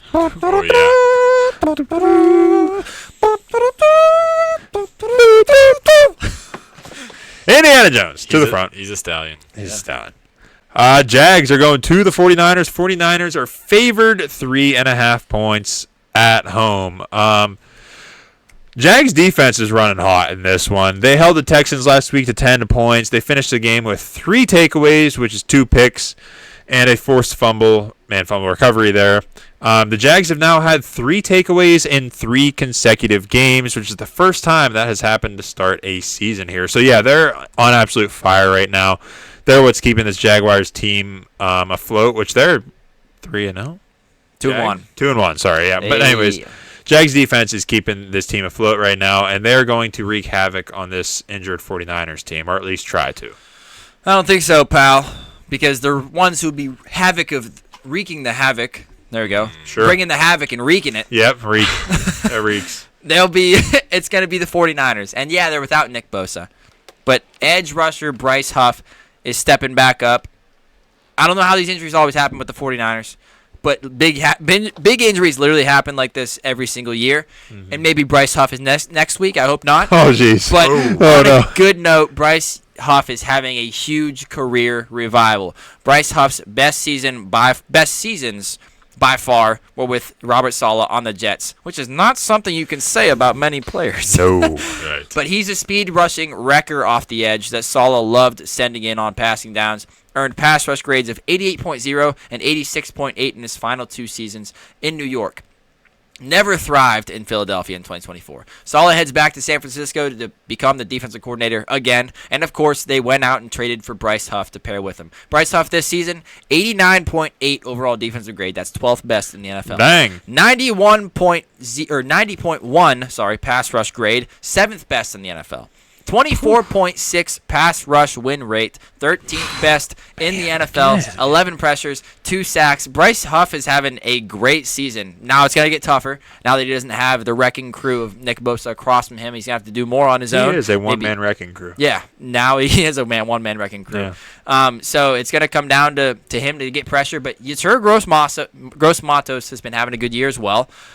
These guys, they're getting production out of guys along the defensive line that I cannot even pronounce their names. His name is like Sam Okiyonamo. I don't know. Sure, yeah. I tried my best. I think it sounded right, yeah. I'd buy it. But Trevor Lawrence, whenever he's pressured this season, 8 completions on 22 attempts, 1 pass touchdown, 1 interception, 0 big-time throws, 3 turnover-worthy plays. If they can get to Trevor Lawrence and rattle him, 49ers can win this game. And Brian Thomas Jr. also is not going to be able to put up the numbers he did last season. So I'm going with his under.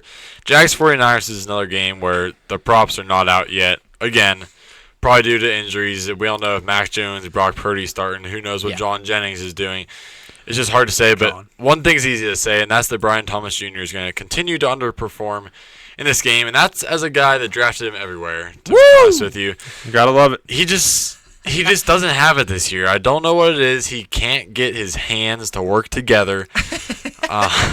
And he looks scared out there. He looks scared, so I think he's going to continue the cold streak as everybody does. I'm going with the under, hoping that he hits the over for my fantasy teams. Now, for the game picks, as Cody said, the Jags defense has been keeping them in games for as gross as sounding as that is and as unbelievable as that also is. But I'm going with the Jags because this team has been holding it together somehow, keeping games close somehow. This is just another disgusting game. Jags 49ers is filled with injuries and bad play and everything else. So it's just take your pick of the bad, and I'm going with the Jags because they at least have continuity and health. So I'm going with the Niners, basically for all the reasons that Kean talked about there a minute ago. I just have a little more faith in Kyle Shanahan being able to make something work as opposed to new head coach Liam Cohen and the Jags. And, I just don't like that Brian Thomas Jr. has been so cold since he's such a big part of their offense typically. And the 49ers still have Christian McCaffrey healthy, so there's that. He's still good.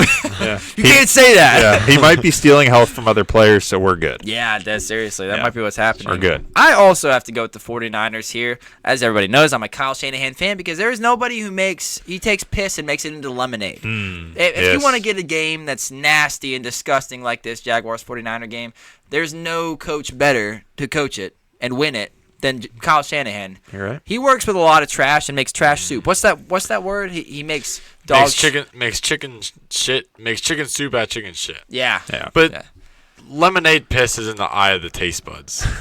You know? The eye of the You're right. What makes it taste good? I'm saying he makes piss into lemonade. So like if I can label it lemonade, like it's not piss-a-lade. But maybe you just think it's lemonade in your taste bud head. Oh. You know? I don't know if he can, with this team right now, I don't know if he can get it quite to lemonade status. We might have to settle for like that lemon like lemonade Gatorade or whatever it is, like lemon lime. It's yellow. Yeah. Like, yeah, it's okay. Yeah, it's not as flavorful. It's not sweet like lemonade. Yeah, well, I but it mean, ain't piss. he's tricking the entire NFL into thinking that Mac Jones is a starting quarterback in this league. You're right. Yeah, but to continue with the phrases, I don't even know if they have a pot to piss in right now. The pot's hurt. It's cracked. Yeah, the pot is damaged. Their pot is leaking. They can't even. Yeah. They can't even make lemonade out of the piss because it's leaking.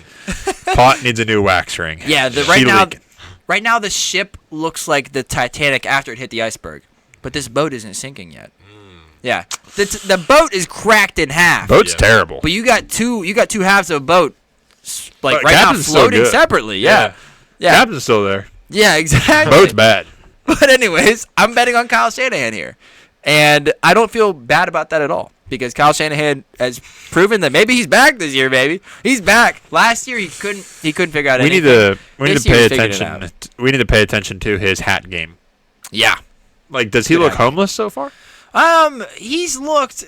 Fairly clean cut. Yeah, Nah, I mean he's that's not not like good. That's not wedding. good. He's not like Kyle Juszczyk. Okay. Kyle Juszczyk, wedding Kyle Shanahan, where he was like sleeked back and all that. Okay. He looks a little That'd bit be really bad. sleepless. He looks kind of restless. Okay. Pretty tired. All right. I mean, he's working with Mac Jones, so that's got to be True. exhausting.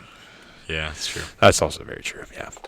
Ravens going to the Chiefs. Ravens are favored at 2.5 points in this one here. And I'm going to bring up a name we kind of haven't talked about in a while, but Mark Andrews had a hot week last week. So he racked up 6 for 91 and hauled in 2 big touchdowns against the Lions, which is kind of out of nowhere. I mean, a lot of people wrote Mark Andrews off, but him. He's running hot right now. See if he can. We'll find out how hot he's running this upcoming week to see if he can keep up this kind of production, this kind of a Mark Andrews production from 2 or so years ago. Let's wait till Isaiah Likely comes back now. Yeah, that's what I'm saying. So I think he still might run hot till Isaiah Likely. Yeah. So. Another guy who's also been running hot, especially last week, Chiefs wide receiver Tyquan Thornton. Yeah. Failed second-round pick of the Patriots by Bill Belichick. Speedy vertical threat wide receiver who peaked in New England in his rookie year with 247 receiving yards and 2 touchdowns. Pretty darn good. Yeah. But He was cut in November of last season, signed to the practice squad by the Chiefs, didn't play at all for Kansas City in 2024, and then over the offseason, he signed a 1-year, $1.1 million deal to stay in KC for 2025. He's taken over the Chiefs' vertical threat role, something we haven't really seen since MVS in 2023, and he had 8 drops in his 2 years with Kansas City with 40.9% contested catch wins. That is MVS. And Tyquan Thornton, so far, no drops in Kansas City yet. Wow. 75% contested catch wins. I know it's been just 3 games, but Thornton's ADOT this year is 25.2 yards. There you go. And he's averaging 19.0 yards per reception, and he's looked really, really good. I'm very surprised. He's been exciting, and Kansas City is going to need him for big plays to keep up with this Ravens offense on a Chiefs offense that honestly otherwise has been struggling for the most part. So Thornton is somehow playing a big part in this Chiefs offense. Hopefully Worthy's maybe back this week. Maybe. Worley's back this week, and Let's he's go. getting over 43.5 receiving yards. He's going to step right back into the Rashee Rice role that he was playing whenever Travis Kelce took him out. Chiefs just Look love out. taking out their own receivers. Yeah. But Xavier Worthy's back now, and he is going to be the focal point of this receiving room once again, as long as they don't ease him in. But I don't think they're easing him in because they've been carefully holding him out the past couple of weeks to make sure he was full health. He's been a full practice this week, so give me over 43.5 for Xavier Worthy. Should it be the beginning of the season, I think this line would be closer to 60. Yep. But I think they're just concerned about him coming back from injury. And like Keaton said, they're going to have to pass the ball like crazy here. So I feel pretty good about it. For the game picks, give me the Ravens at -2.5. Now, I do realize they're in Arrowhead, and the Chiefs are good against the Ravens in history. I think they're 4-8 over the last 10 years or something. But the Ravens are just too dang powerful, and the Chiefs team is just too depleted compared to what it used to be. So I just have to go to the Ravens here, but this line just seems fishy. Like the Chiefs are finally deciding to turn it on in the regular season, and they're going to take a big time matchup actually seriously this time. But I just have to go Ravens because it's just they're too powerful. Yeah, the Chiefs' defense is really good, so that concerns me. But if we think back to last week, how the Ravens played.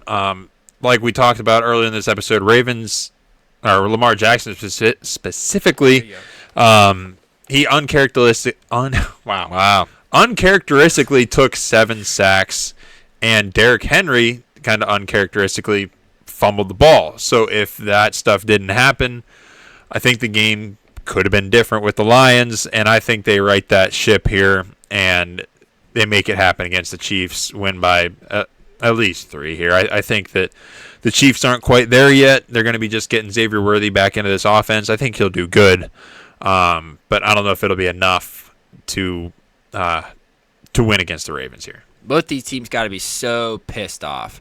Chiefs 1-2, Ravens 1-2. Now the Ravens have lost to some really, really good teams. They've had a gauntlet, yeah. Yes, but games that they could see themselves winning and games that they were in the race for. Yep. So I think that the Ravens come out here and they win by like a touchdown. The Ravens right now I think have more firepower, definitely, and offensively and defensively than the Chiefs do, and I think that the Ravens are going to have a really, really nice game here, and it's regular season, so the Ravens are going to win this. So good, and then they're going to get thwomped, mollywopped by the Chiefs in the postseason. Yeah. All right, Bears going to the Raiders. Raiders are wow. Slow down, Cody.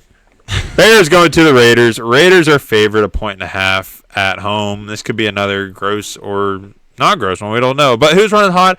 Caleb Williams is. He finally put together a complete great game where he finished up with 19 for 28, 298 pass yards, and 4 touchdowns, no picks. And he in the last couple games, he started very well and then faded. But this game, he was finally able to keep it together and keep up his production the entire game and lead the team to a big right the ship kind of win after getting absolutely gashed by the Lions. So yeah, Caleb Williams is looking really good. He's looking like a true NFL quarterback this season, and he finally put together a complete game here, and he's running hot. Yeah, he wasn't pressured last week, and this week, yeah, the Raiders need to pressure him if they want to win this game. We saw what happened last week. It was probably Caleb's best game as a pro. I think so. And right now, the Raiders, as we could have predicted, and as we've seen over the past couple seasons, right now it's their pass rush is Max Crosby and nobody else. Yep. The second guy who's had the second most pressures on their team is my sleeper that I had to highlight here because I want him to do better and put some pressure on Caleb Williams here. Raiders defensive tackle Thomas Booker the fourth. The fourth. Yeah, it hasn't been very good, obviously, but he is second on the team in pressures with 8, second in pass rush grade on the team, and he's having his best season yet. He started all 3 games so far, and on his third team in the past 4 years. Last season was on the Eagles.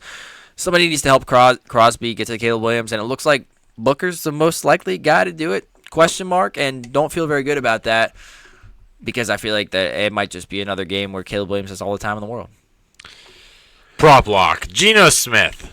Over 252.5 passing yards. A little bounce back. Yes, Geno Smith is against this terrible Browns defense. Bears defense. Ew. We talked about their corner injuries earlier this episode. And he's really gone against one good defense this season in the Chargers. And we've talked about endlessly how great that defense is. Outside of that game, his other 2 performances, he's thrown for 362 and 289 against New England and Washington, who I would say are about the same defensive level as Chicago is. So I think this over 252.5 is so easy for Geno Smith here. He's going to sling it all over the field and probably throw for around 300. So with that being said, I am still going with the Bears because Cody said it right, and Caleb Williams is hot right now. Looks like an actual NFL quarterback. This team's figuring it out. I think they can best the Bears here with the 1.5 points. The Raiders, they still just scare me. I feel like even though Geno's playing efficient, looking good, they just don't have the firepower that the Bears do, and they aren't on this hot roll that the Bears are as well. Yeah, that's it there. The Bears, if they need the firepower, they got it in bunches. So that's why I have more faith in the Bears right now. So I'm going with them against the Raiders here. And I just seeing Caleb Williams last week, I think they're just figuring it out more and more and more.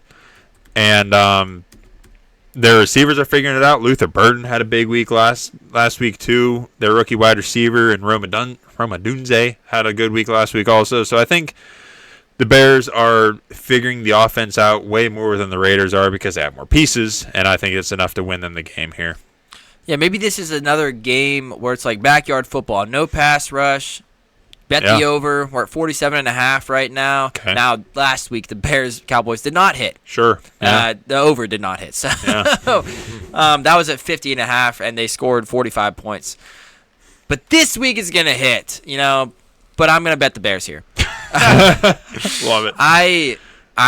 I'm confused by the Raiders right now because they looked like real good in week 1 beating the Patriots. Yeah.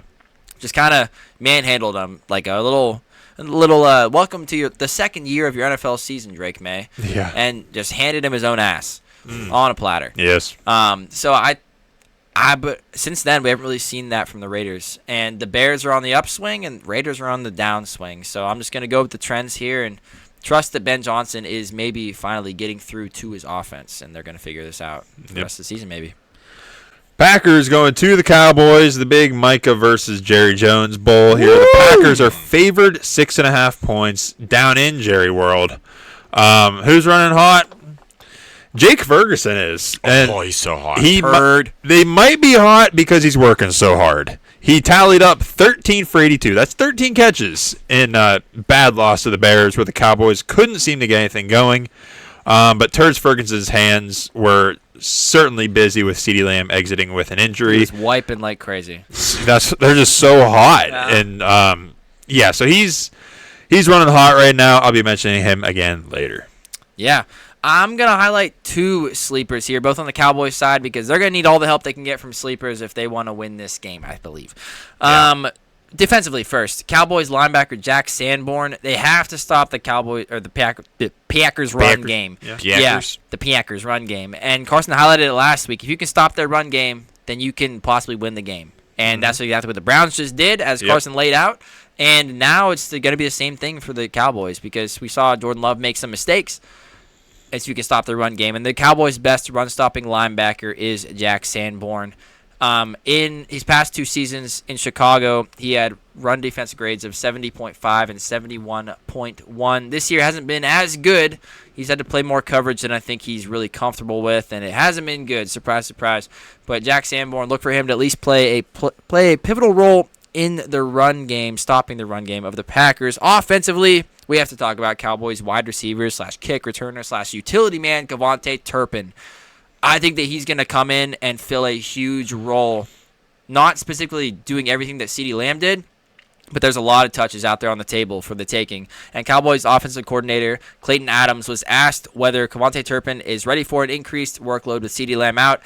He said Turpin is 100% ready for it. Quote, he's the straw that stirs the drink out there. We love that. We do love that. I had to highlight that. Yeah. This guy's just super, super explosive. 2022 USFL MVP. That was back before the USFL and XFL merged to become the UFL. Yes. So, but he's been awesome since he's come to the NFL. And I think that, like I said, he's going to get a lot of touches here. And I'm going to be talking about him a little later. Woo, baby.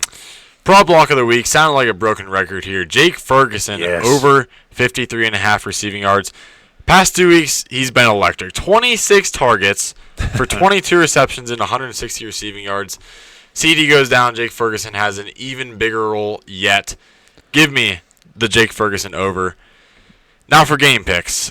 I'm going with the Cowboys here. I think that at home, Dak and this team can figure it out. The defense feels comfortable enough to slow this Packers offense down just enough so this Cowboys offense can keep up. Cowboys with 6.5 points, I feel pretty decent about.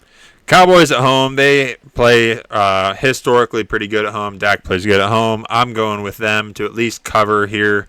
Don't know if they're going to squeak out the win. Depends on if Jordan Love and the Packers can bounce back. But I think the Cowboys can keep it close at home.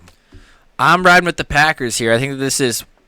But Micah gets his last laugh here, I believe. That's a very good possibility. Yeah, and the reason why the Packers lost last week, or why it was even close, is because the Browns' defense is looking like one of the best in the league this season. Cowboys' defense is looking just about like the opposite of that. They're looking really bad, looking like one of the worst in the league this season. and they're gonna have to like be in shootouts all year. And last week, Well, they don't have a pass rush for you're some right. reason. Oh. Yeah, that's weird. I wonder where that went. Oh, so The defender- Wisconsin. Yeah, to Wisconsin. But he is coming here, and it's going to be a great game, I think, because there's already been talk about, like, Micah's been asked about what's going to feel like to sack Dak Prescott and stuff like that. I am excited for the narrative of this game, but I think that it's going to be not as close as the betting line here says. Give me the Packers. I think Micah and Jerry are just going to go and hug it out right in the Yeah. middle of the field. Sure. That'll Yeah. definitely happen. Or a hearty handshake. One of those Yeah, handshakes just that's put her like, there, that's bud. like, well, the like I care for you handshake, where like you shake his hand and then like you gotta put your hand on top, like, Yeah, oh, you're yeah. a good Oh, guy. yeah. You're a good guy. Yeah. That's not happening. No, that's definitely not happening. All right, Jets going to the Dolphins. The Dolphins are favored 2.5 points and a real barn burner here. This one, I think I put the wrong notes in. But anyways, yeah, not a lot in this one. No, it's really not. Running hot. This is unfortunately a pretty cold one. The Dolphins last week not doing so well against. Well, actually, the Dolphins kind of kept it close against the Bills for a while there. Tua But threw it away. yeah, so that's cold. it's a fluke. Yeah, Tyreek Hill had some catches, but not enough to do anything. As far as the Jets are the Jets. They don't got a lot consistently running hot right now. Like Breece Hall has had some good games. Braylon Allen's had some good games, but if anything, it's lukewarm Yeah. and not a lot of hot. No, you're right. You're right. This is a disgusting game. Yeah. And I'm even saying that as a guy who's I'm kind of hopping off the Dolphins bandwagon now. I'm starting to think that they're not good this year. Really? Yeah. Yeah. I'm starting to Tells you think that. that. I don't know. Yeah. Wish somebody would told me. Yeah. But I think that this is the start of the spiral, the downward spiral that where the Dolphins are not going to get their jobs back. Yeah. And along the Jets' offensive line, I got to highlight my guy, right tackle Armand Membu, first-round pick. They got to stop this Dolphins pass rush. If they can do that, they win the game pretty easily, I believe. I think Justin Fields will be back this week. He's in concussion protocol, but Aaron Glenn already came out and said that if he's healthy, he will be starting over Tyrod Taylor. Yeah, that's a mistake. Are you sure? But what about this will be second That's week. true. Yeah. That's true. But it's the Dolphins' defense, so it really shouldn't matter who you have in there. That's a good point. But Armand Membu right now putting up a 74.3 overall offensive grade, 73.7 run blocking grade, 69.7 pass blocking grade. Doing much better than Olu Fashanu on the other side, who right now has just 51.8 pass blocking grade, 59.4 run blocking grade. So Membu's looking really, really good. Looking like a worthwhile first-round pick. Now, if they can just get some offense moving behind that wall that he is creating, then I think that they're going to easily win this game. Yeah, prop lock here. I'm going Tyreek Hill under on receiving yards. Another game where there's no player props available, but I'm just scared of this offense. And Tua and Tyreek Hill is just too inconsistent. Tua inconsistent. Too Well done. inconsistent. Yeah. Sauce Gardner, this defense is good enough to slow him down. Yeah, I just don't love what Tyreek Hill has been showing he has left in the tank, I guess, is the best way to say it. Yeah. And as for game picks, I'm going with the Jets here because, just like I said, the Dolphins they scare me a little bit, and I don't think that they're the team they used to be. Even at home, I think the Jets get the best of them here with whoever the quarterback is running the ball. I think the offense will probably look good enough to best the Dolphins. That's where I'm at, too. I think the Jets will be able to produce a little bit more offense here and just at least keep it close, probably win against the Dolphins. This is a gross game, like I said, but if the Jets can get something going specifically with their run game and, of course, Sauce Gardner on the defense, I think they'll be able to cover here.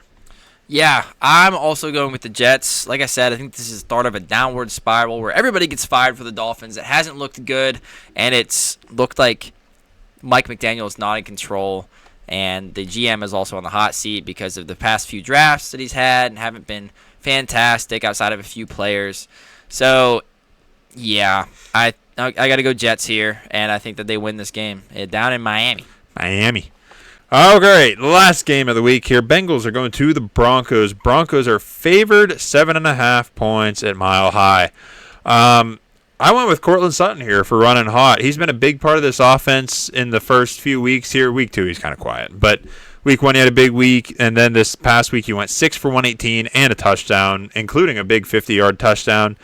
And, so he's just continuing to be better than some people may expect, even as he's getting older here. But he's got a very good connection with Bo Nix in this offense. And, he's running pretty hot right now. I like it. Let's go to the Bengals side, because if they want to win this game, it's going to be tough because they're going to have to throw some short passes. That's what Jake Browning is good at, and it didn't look good last week whenever he was going up against a good pass rush. Yeah. And they're going up against another great pass rush here with Nick Benito's having an amazing start to the year. Had Jonathan 2 sacks Cooper, last week. Yeah. Jonathan Cooper on the Had other a sack side as last well. Jonah Ellis, the third man that rotates in there. Zach Allen, this pass rush has been great this year, even if the offense hasn't been as great. But it's going to be tough on Jake Browning. And their primary short ADOT receiver so far this year has been Noah Fant. He might miss this game with a concussion. But as of right now, his ADOT is 3.2 yards. My goodness. 3.2 yards, yeah. And he has 12 receptions for 14 yards. And they've all been short. Yeah, They've all been short. Definitely. Not that he's a great weapon, but I just think he's going to get a lot of targets if he is in there playing. And, hey, revenge game. Hey, how about Revenge it? game. We How love about those. it? Yeah. Player prop of this game, Kean said it well, Jake Browning thrives in the underneath stuff, and that does not bode well for T. Higgins, who I'm taking the under here. Yet again another game where no player props are available yet, but this offense has looked like it cannot support 2 top 15 receivers in Jamar Chase and T. Higgins, and T. Higgins has been getting the short end of that stick. Yeah. 2 targets, 1 reception, 15 yards last week, even though snaps are still high. Jake Browning is no Joe Burrow. He can't throw the ball downfield like Joe Burrow can for the big target in T. Higgins. He's not the red zone threat like Joe Burrow is. So T. Higgins under is looking unfortunately promising. Yeah, his ADOT this year is 13.5 yards. That's the highest on the team, and which is not something that Browning thrives at. No.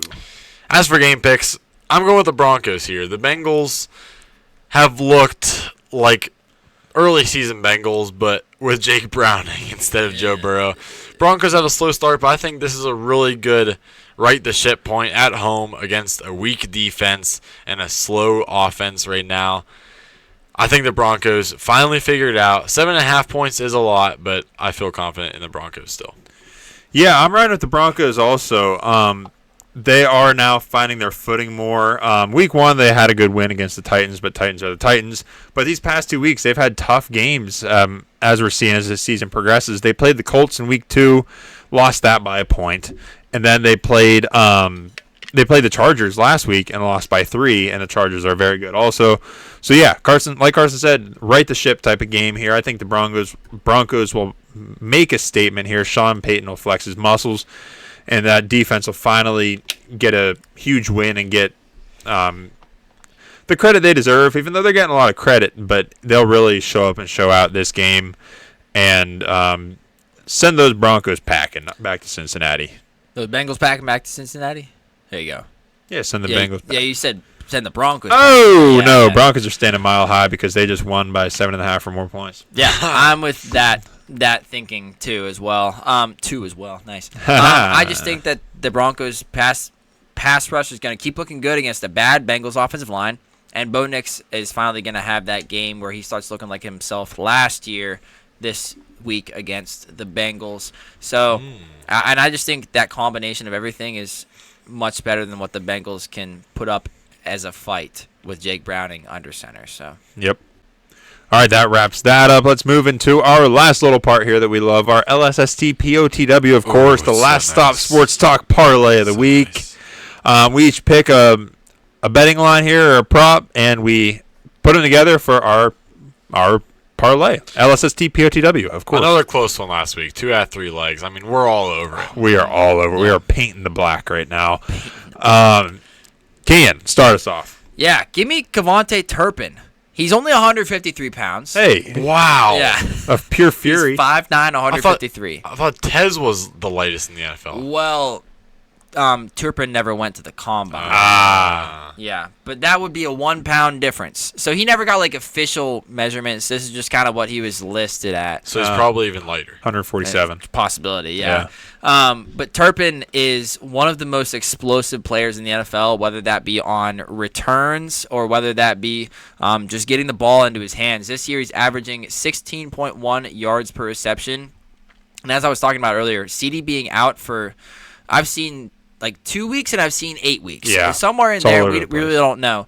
But I think that there's just a lot of touches to go around now because CD was getting like 13 targets a game or so. And Turpin just makes so much sense to fill in and use those touches for something towards something explosive. And if the offensive coordinator is talking good about him and talking about him picking up the slack where CD is out, then I think that bodes very well for his future games starting right here. Put him over 40 receiving yard or 40 plus receiving yards in this game because his line was only like 30 and a half. I thought that was disrespectful. Let's get some money here. Yep. 40 plus receiving yards for Kevontae Turpin.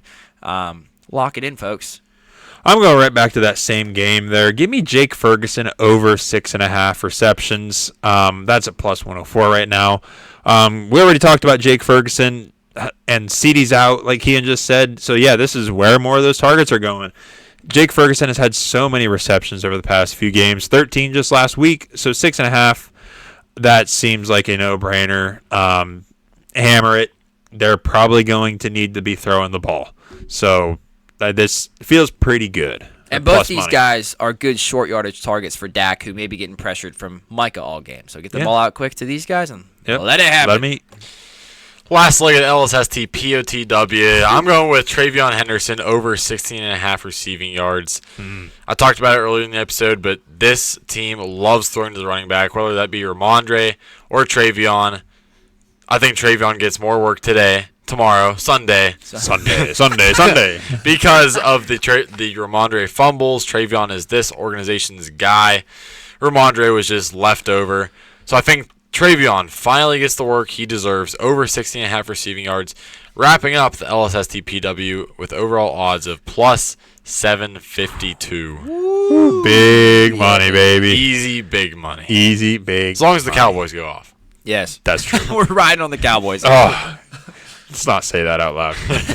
All right, that wraps up our NFL Week 4 preview. Thank you guys for watching. We appreciate it. Like, comment, all that stuff. Check us out on TikTok. Kian makes up some real good edits over there. And check out our best and our worst takes every week. We hold ourselves accountable, but also celebrate our wins because we do get some stuff right, but we also get some stuff really wrong. Very, very wrong. Yeah, but that's just what it is. That's football, baby. Yeah. Unpredictable. That's what makes it so fun. So enjoy football this weekend. Enjoy college football. There's some good games going on. Of course, the whiteout out of Penn State. Yep, and so enjoy football. Thank you guys for watching. We'll catch you guys next week.